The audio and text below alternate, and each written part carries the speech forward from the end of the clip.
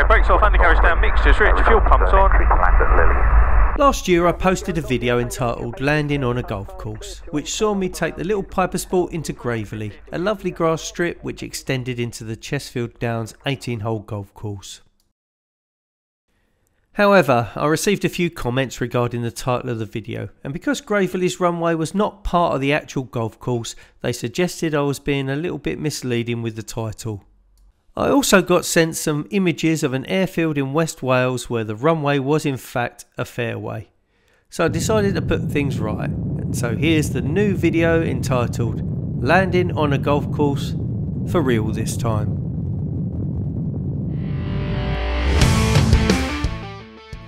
Welcome to Shortfield, a channel all about the lighter side of aviation, and today we're visiting the unique airfield of Rosemarket.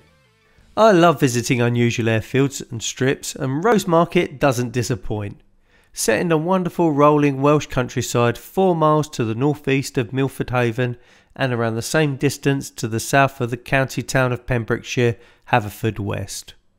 The airstrip at Rosemarket really is embedded into the golf course, being the fairway of the 596 yard par 5 5th hole.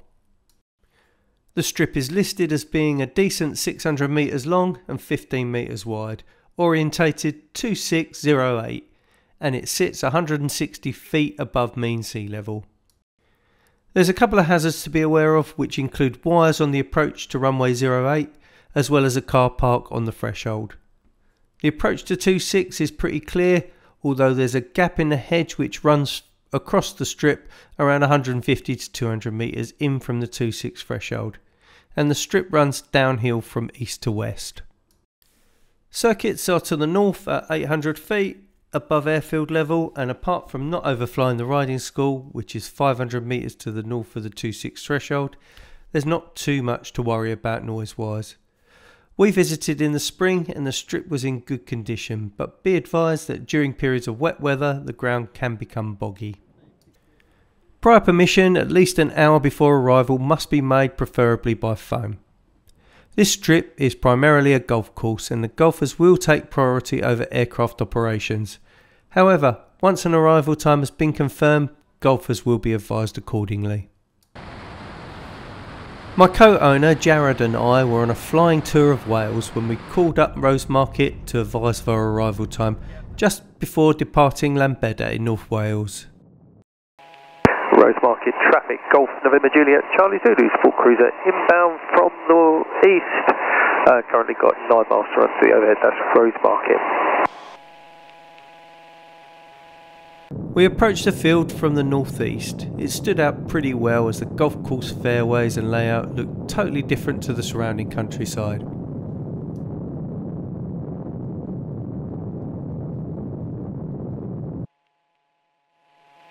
There'll be a car park, and it runs to the right to the edge of it, vertically to the left of the left. So it'll be this side of the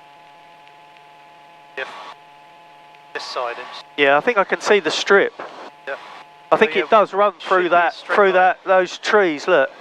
Right. Well, through those bushes. Does that look about right to you? I mean, we'll have to check, but that looks like a strip there. Possibly, if that's a car park at the end, then yeah. Once we had confirmed we were in the right place, we headed for the overhead to try and establish the wind direction for landing.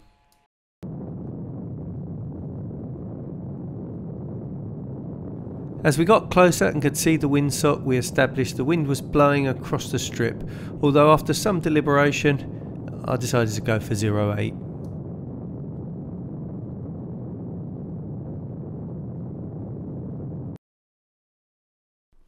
Once over the top, I started a descent to circuit height on the dead side of the field.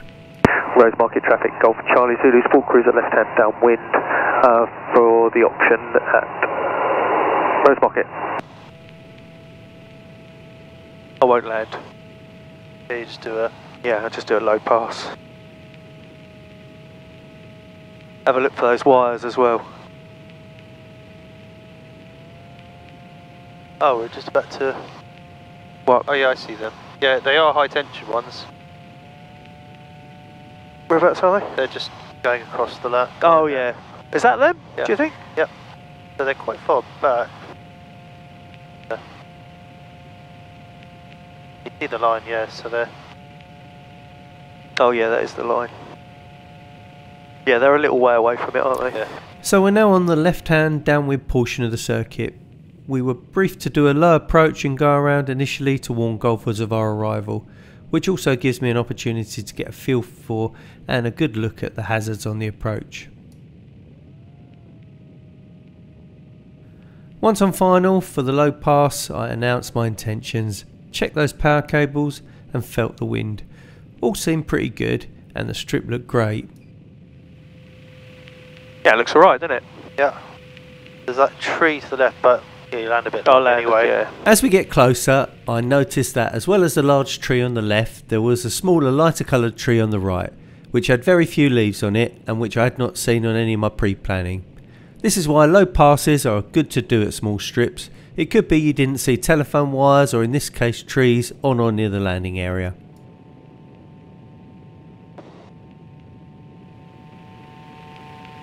Can't see many golfers. No. Flying over the strip, I noticed that there are a few golfers but not many, so we climb away and back into the circuit again.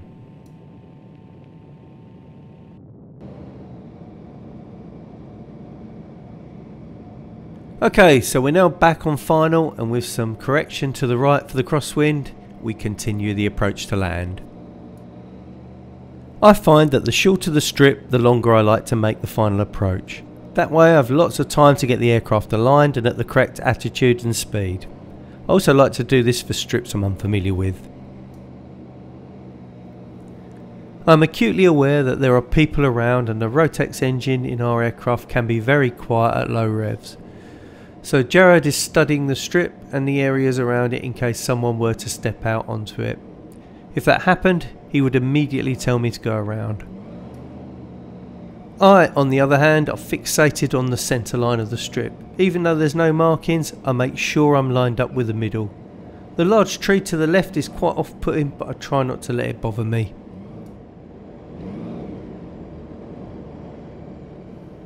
We touched down firmly close to the start. I don't want to be floating with such a short, narrow runway. That's a good strip, I like that. This is actually on the We use just over half of the length, then turn around and head for the parking area next to the clubhouse. After popping in to pay a donation and use the loos, it's a quick turnaround and back to the aircraft.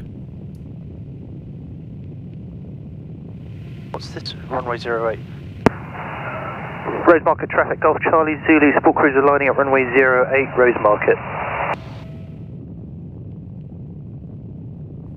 Jared is doing the next leg and he decides to depart using the same runway we landed on, 08.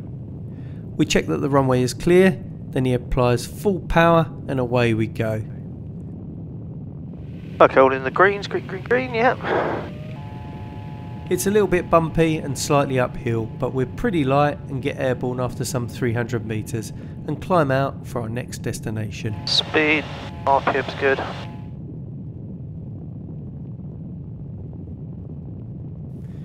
Hopefully I can now confidently say I landed on a golf course. Have you been to Rosemarket and what did you think? Or do you fancy a visit and what aircraft would you take in there? It's amazing the airfields and places you can visit with the right aircraft, and I'm always on the lookout for somewhere new. Thank you so much for watching. I hope you found this video interesting and entertaining, but please remember I'm not an instructor and any information you get from this content is solely from my own experience as a private pilot in the UK. Fly safe guys, and Shortfield out.